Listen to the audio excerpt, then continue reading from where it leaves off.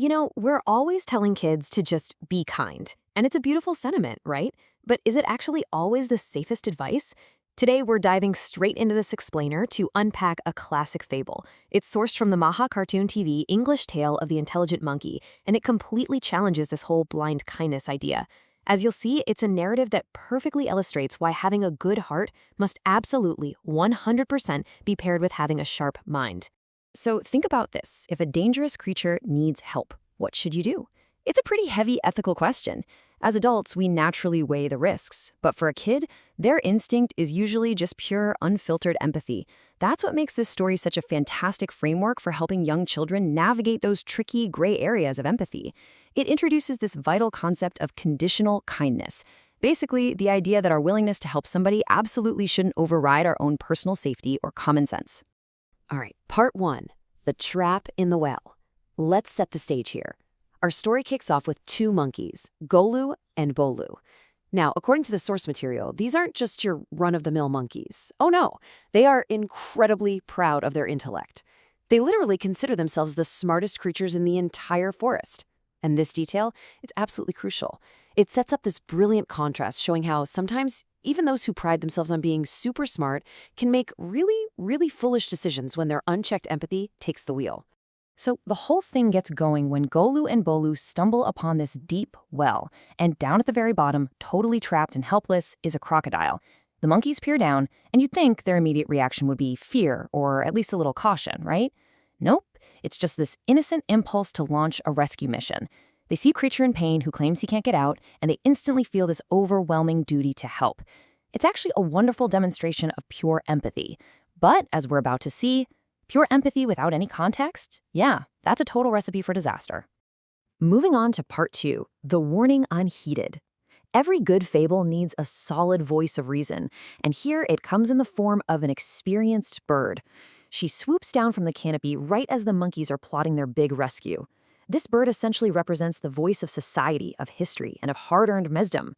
Her arrival is the story's clever way of giving the monkeys, and of course the kids learning from this explainer, a crucial chance to just hit pause and think before acting.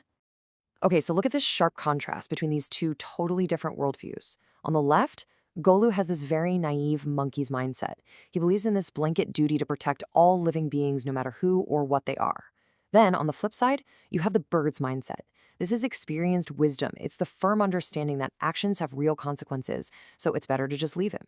The bird is desperately trying to teach these monkeys that blindly applying kindness, without actually evaluating the subject of that kindness, is incredibly dangerous.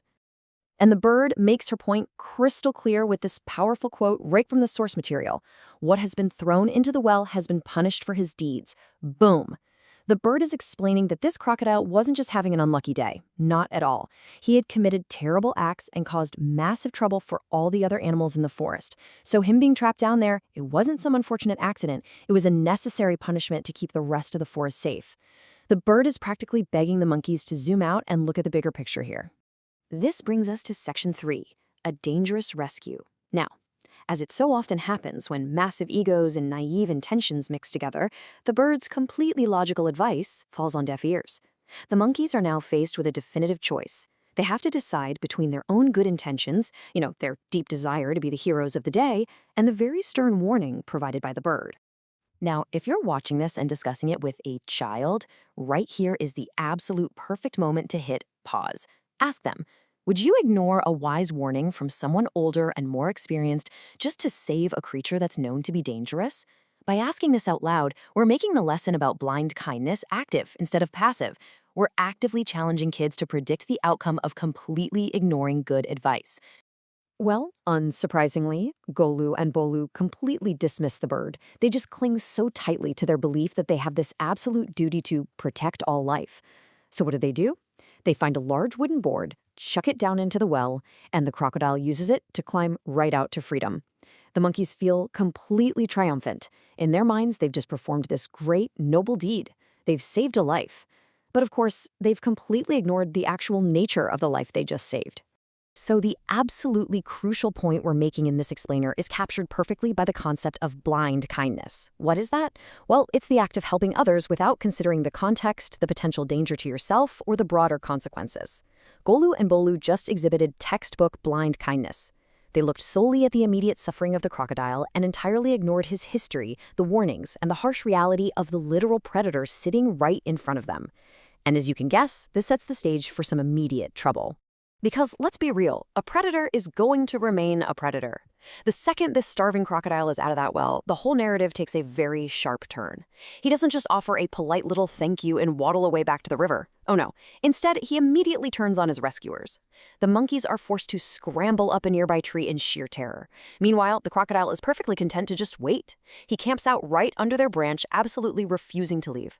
So now the monkeys' act of blind kindness has officially cost them their freedom and very nearly their lives. Which brings us to Section 4, the clever escape. Okay, so the monkeys are trapped. Their kindness definitely did not win the crocodile over.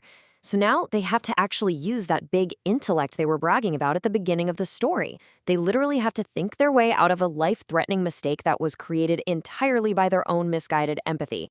And this is where we see a brilliant illustration of Baloo's quick thinking. Let's break down these steps, because it's pretty great. Step 1, Baloo drops a soft guava fruit down to the crocodile just to test his reaction. The hungry beast snaps it up instantly, swallowing it whole. Okay, data gathered, now Baloo knows the crocodile's acting purely on ravenous reflex. So for step 2, Baloo finds a hard rock that's roughly the same size and shape as the fruit, and he drops that down instead. And step 3, the crocodile, completely blinded by hunger and not looking closely, bites down on the hard stone with all his might, completely shattering his teeth. Just like that, in a single instant, the great threat is neutralized. Game over for the croc. And finally, Section 5, smart lessons on kindness.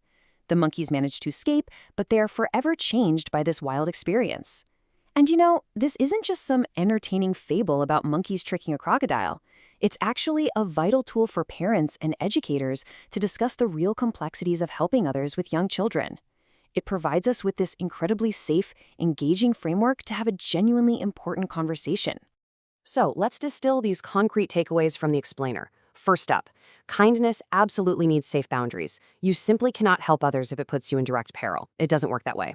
Second, always listen to wise warnings. Experience actually matters. And ignoring the wiser birds in our lives, yeah, that almost always leads to trouble.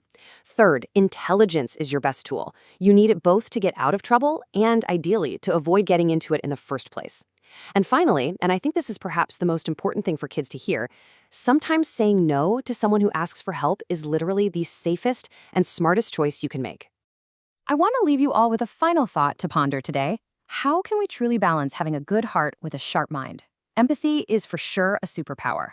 But just like any superpower, it requires control, situational awareness, and intellect to be used effectively.